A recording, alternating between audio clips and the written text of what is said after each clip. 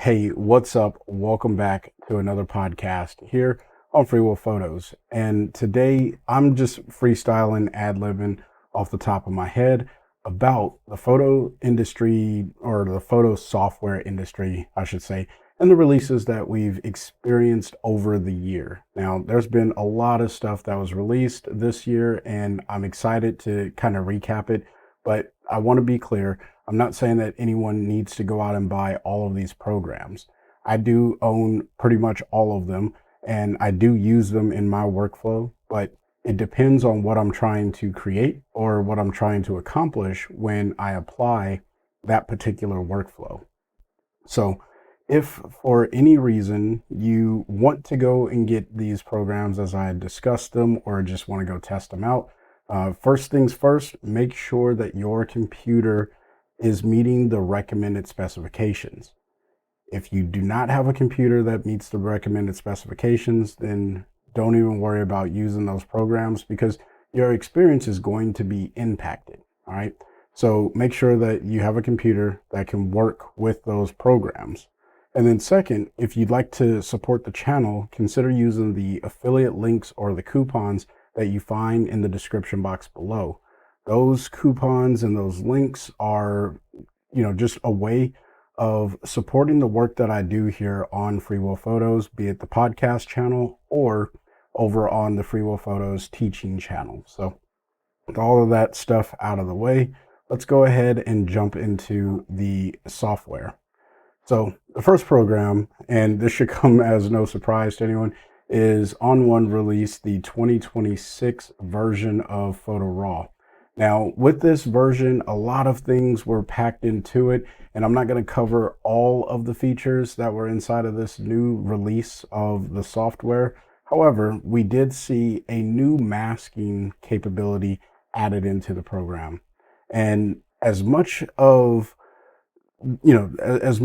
that particular addition has confused the community of users of the software, I think that over time, as we learn to use the tool, myself included, by the way, it is going to unlock potential far beyond the cumbersomeness or the challenges that we're facing at the onset of receiving this new masking capability. I know the team over at ON1 is going to continue developing the software, and they hear the user feedback. So it wouldn't surprise me that we see changes over the year of this getting implemented, of how those tools work. And if you remember at all, this is relatively similar to the release of Lightroom when they introduced the same masking system, and it wasn't received as well. It was a little confusing. So the first year of using the new masking system is going to be a little cumbersome, but the possibility and the flexibility that it offers us is unmatched and is on par now with Lightroom. So if you are one of those people that are on the fence about coming over to ON1, then, and masking is the big thing for you, then masking is now a little bit better inside of ON1, or at least more similar to what you would see inside of Lightroom. We still don't have the people masking, whereas you can select the eyes, the skin, the hair, and all that stuff. But I believe that's coming. I don't have any insider information, but I can only see, as all of these other programs that we're going to talk about on the list, but Capture One and DxO, they started to implement this whole people masking feature. So I imagine ON1 is going to do the same thing, but we had a huge win with the new masking system that we got. But on top of that, we also seen Resize 2026 get added into Photo Raw 2026. This is extremely exciting because if you are a heavy cropper, or maybe you do something in your workflow where you make really, really small things get a little bit larger, well, now you have that included inside of the suite of ON1 tools. And, I'm not a huge fan of using resizing tools. I don't need to personally in my own workflow, but I do understand why people use them, and I'm all for people having that ability, and I'm excited to see it included into Photo Raw 2026. Now, while we're still talking about ON1 releases, there was a tool that was released this year, and it was called Light Panel. Now, this tool is a plugin or an assistant to Lightroom, and it was helping with the AI culling. And I do know that Lightroom introduced AI culling later or just a few weeks ago, and that's exciting. Again, we'll talk about that a little bit later. But what I would love to see ON1 do is take this light panel feature or this tool and invest it into the ON1 software.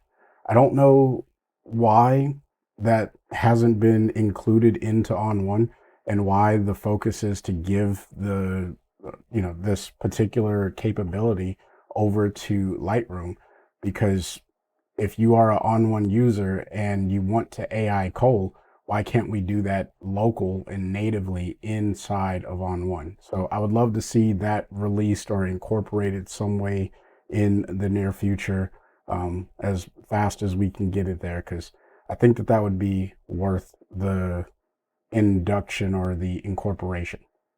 So that's everything that I'll talk about with ON1, because I have a bias. I do like ON1, and that is my primary software of choice. But there are other programs on the list, and one of which is Luminar Neo, and really the ecosystem of Luminar. Now, here's the deal. Luminar is a fantastic software. If you are a beginner and you're just listening to this for the first time and you're looking for a software to go and use, I can't recommend Luminar enough. It's light on the system for the most part, so most computers can use it, but it is pretty intuitive. I will admit that ON1 has a learning curve where Luminar Neo does not, and it's pretty straightforward. The challenge with Luminar Neo is it's not as flexible as some of the other editors that are on the market today. And that's okay, because I think their target audience is beginner and amateur photographers or hobbyist photographers, right? And that's a good thing, because that means you're getting a tool that is specialized for your needs. And that's exactly what we see with all of the AI tools that are being incorporated into Luminar Neo. One of which is the restoration of images. So if you are a hobbyist photographer and you're restoring photos, you can literally just take a picture of a picture. And that's so meta right there. You take a picture of a picture and then you upload it into Luminar Neo, and you can send that off into the restoration plugin. You do need an internet connection for that, and it'll restore the picture, either removing the scratches, or if it was a black and white or a monochrome image, then it'll add color into the image, so that way you can see what the photo looked like when there was actual people, if the photo had been taken in color. So that's cool. Now, that is a feature off to the side.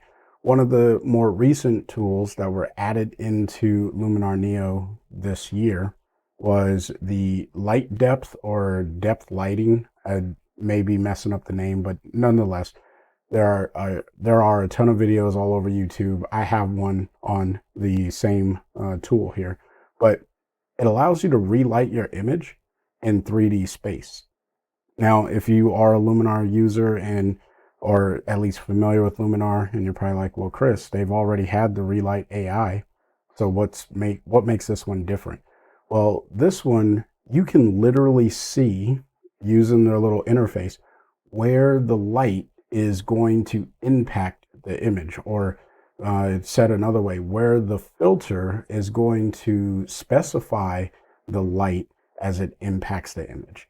And it works in 3D space. So if you want to light just one plane in the far back of the photo, you can do that.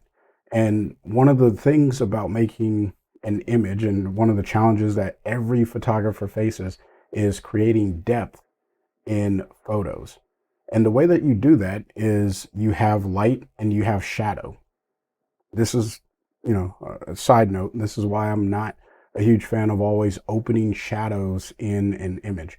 Unless there's something specific that I need to see in the shadow section of a photo, I want to darken my shadows most of the time. And I find that look to be more aesthetic, a little bit better overall. And that's just a personal preference. I do understand that. But I think that there's some value in understanding that you don't always need to open shadows. To me, that is a rookie move, so to speak. But I digress from that. Coming back to Luminar Neo and the relight or the light depth AI um, feature, which is fantastic. If you're not familiar with it, just go check out some videos on it and give it a shot if it's something that you're interested in. But you can really create dimension in your photos using this tool. All right. And this is one of those things that it is truly our Skylooms, I guess they're geared towards making things easier for beginner or amateur photographers to get really good looks on their images. And this is the reason why I hear so many new photographers and people who don't want to spend a whole lot of time editing gravitating towards Luminar Neo. There's nothing wrong with that. You don't need Lightroom. Like, if there's anything that you get from today's podcast, if you feel like Lightroom is the only tool because that's what everyone is using, or it's what people are saying is the industry standard, well, think about it like this. You can use whatever tool you need to, because very few people are going to ask you, well, what did you edit this in? And if they are asking you, what did you use to edit this? It's probably because they like something and they think that that software is going to give them the same result. And that's not the case. So the point here is, don't worry about if you need to use Lightroom or don't need to use Lightroom. I'm going to encourage you not to use Lightroom if you don't need to. All right. That's just me. But Luminar Neo, that is some of the stuff. They also have this ecosystem. So many of us know that Luminar Neo also has a mobile application, or Luminar has a mobile application. And I think the mobile application is a little bit of a gimmick. It's just me, because you don't have any ability to mask. It's all global adjustments and it looks really cute, but I would never think to use it for any serious editing work. I use it for, like, I have an iPhone photo that I snapped and I just wanted to throw a quick filter on it so I can share it with some friends. And if that's the intent behind the app, then that's great. I think the price of the app would allude to they were expecting it to be a little bit more. And to me, I would say that that's not quite how it's been received in the community. I know a lot of people love it, and so this may be a hot take, but I'm just not a huge fan of it. However, with the ecosystem update that they released, they allow you now to create what's known as a space.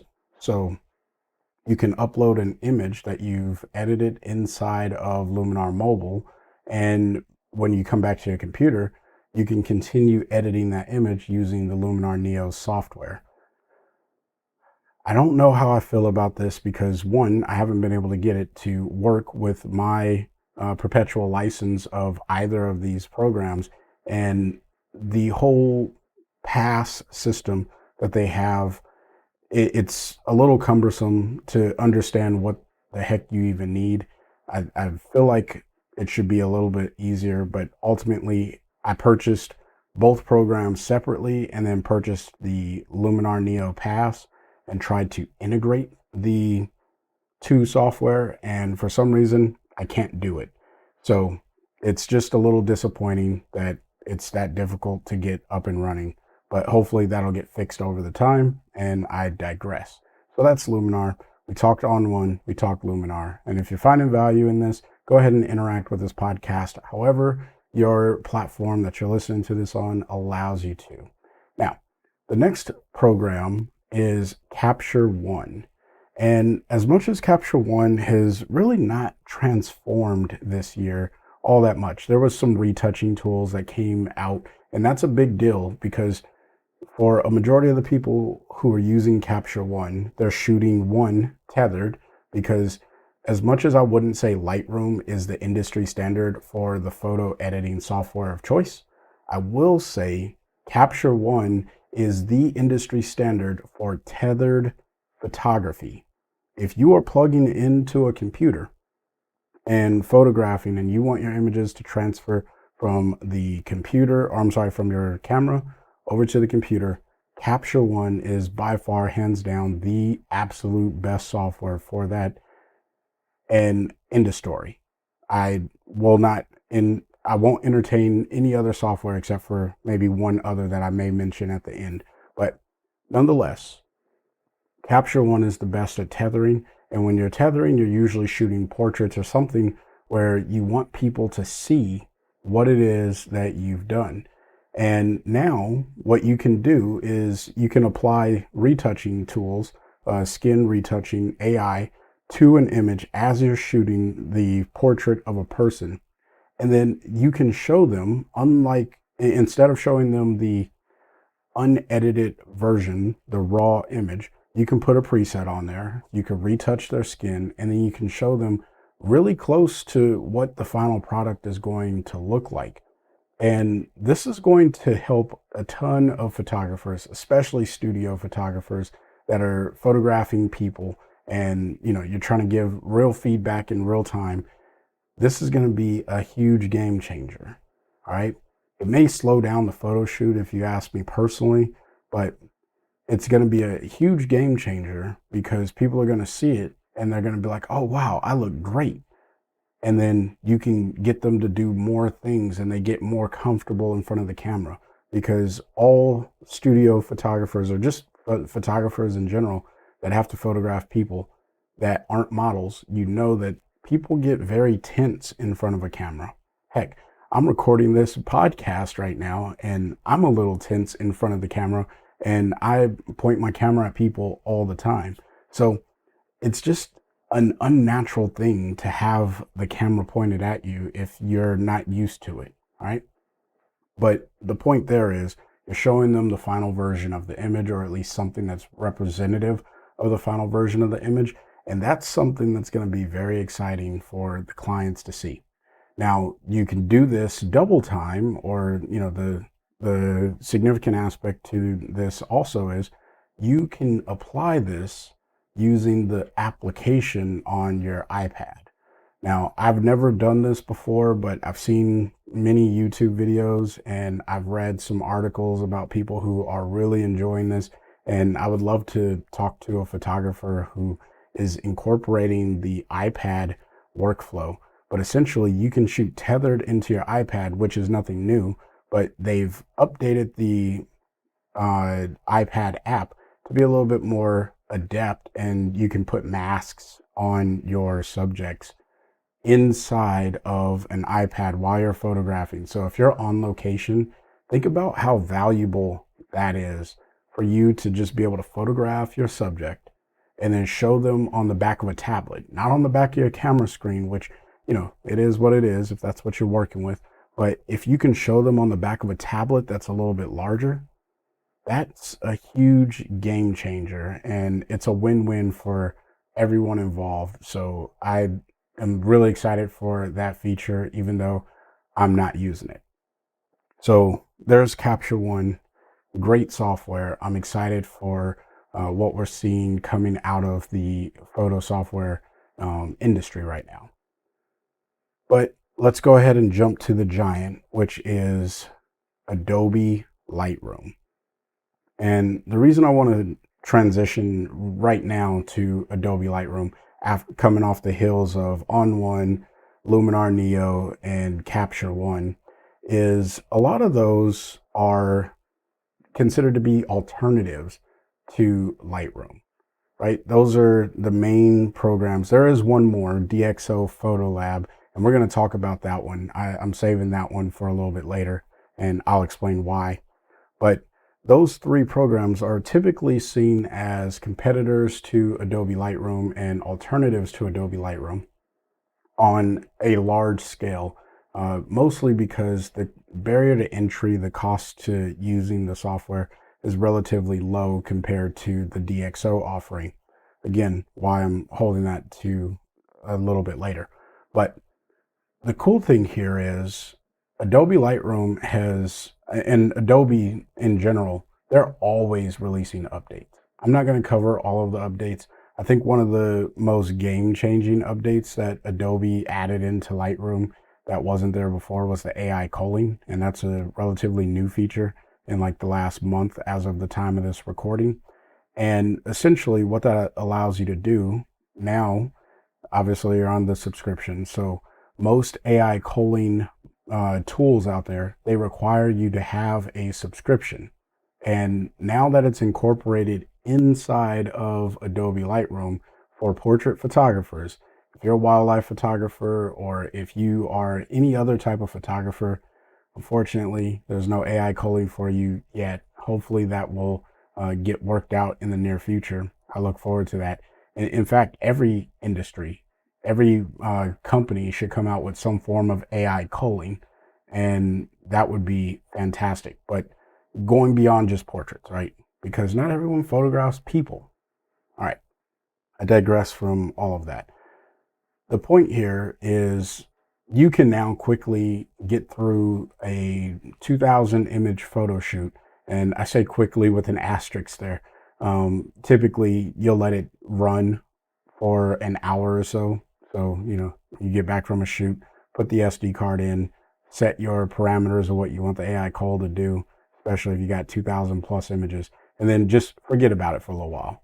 And then you come back and all of your images that the AI has figured out was good will show up for you. And that's great because it just makes it easier for you to go and find the selects.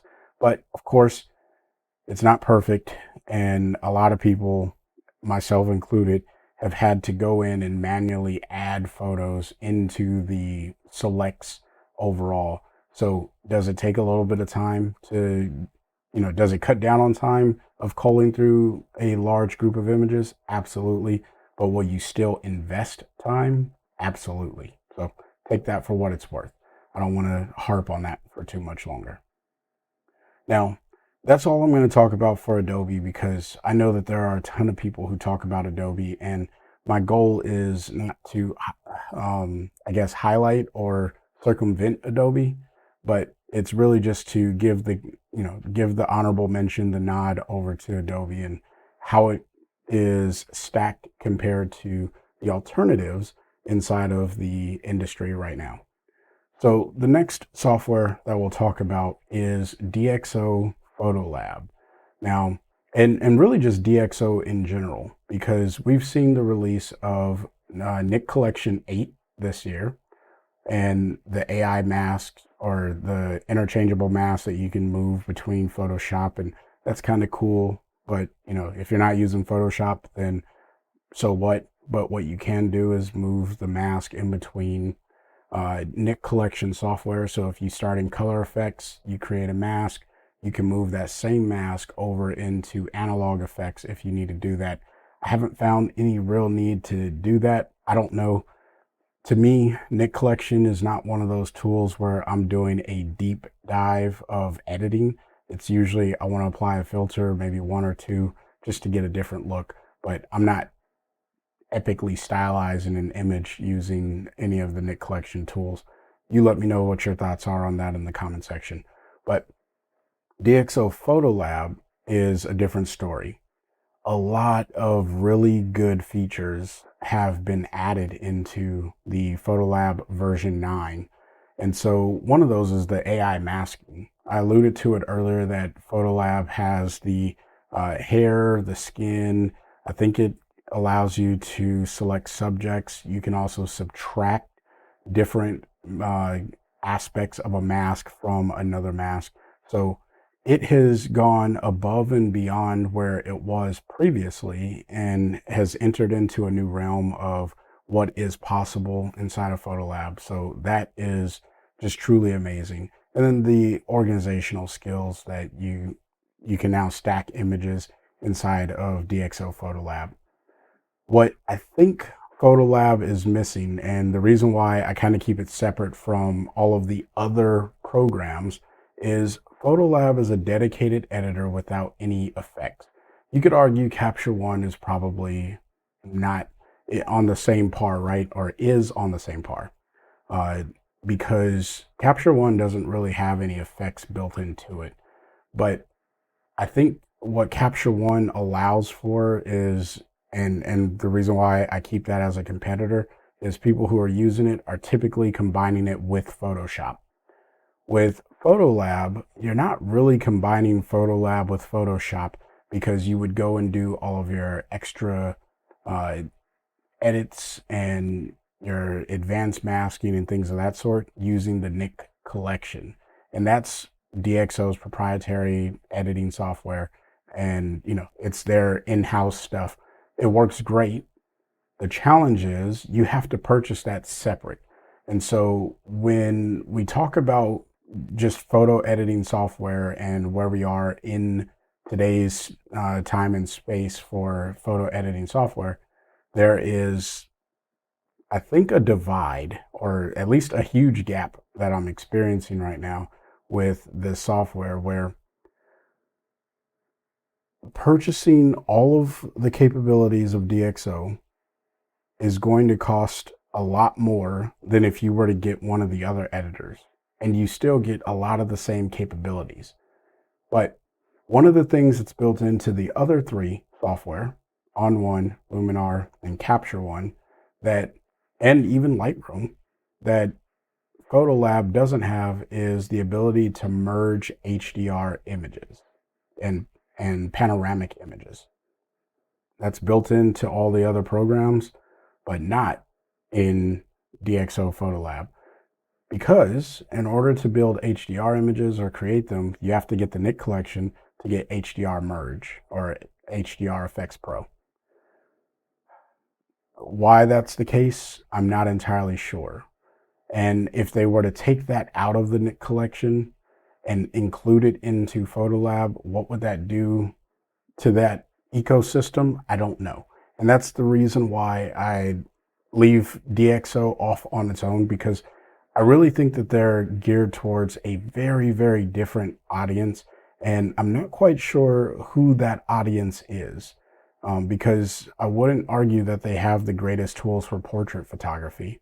I wouldn't argue that they have the greatest tools for like large event photography, even though you could absolutely edit portraits and edit events inside of there. It just doesn't feel the same as the other four programs that I mentioned: Lightroom, Capture One, ON1, and Luminar. So nothing wrong with DxO. I actually really enjoy the software. I'm just not quite sure who the target audience is for the software. So maybe that's something I need to ask the company. Who are you making this software for? And, maybe figure it out from there. So the last one that I'll mention, and then I'll get to an honorable mention, is Affinity.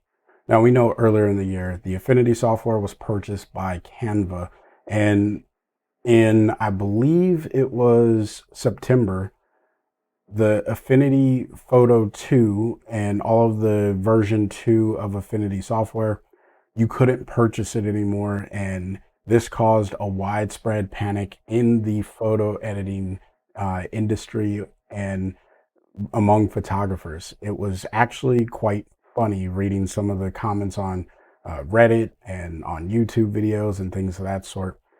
And then at the end of October, we get the final release of what Canva did with Affinity. And by now you probably know, and if you don't know, you can or you don't have to purchase, I should say, Affinity Photo anymore, because Affinity is 100% free as long as you have a Canva account. And you can get a free Canva account and just log in.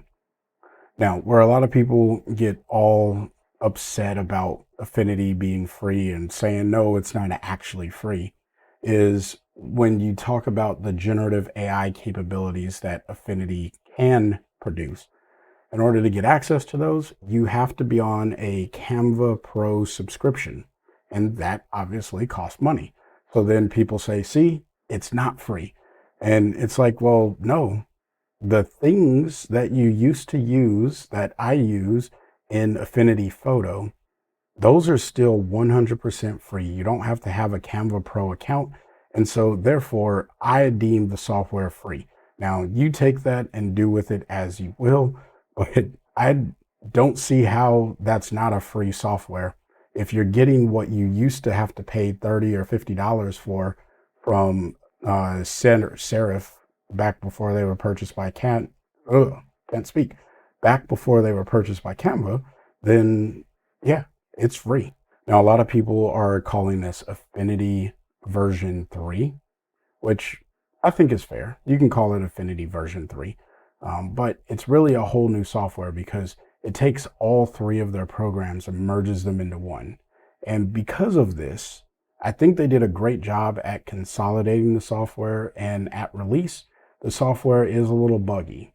I've run into my fair share of bugs, and I see that they're coming out with new updates and releases, so I'm excited for that. But if you were ever interested in getting Affinity Photo or any of the Affinity programs, well, now you can get access to the core versions of those programs completely for free.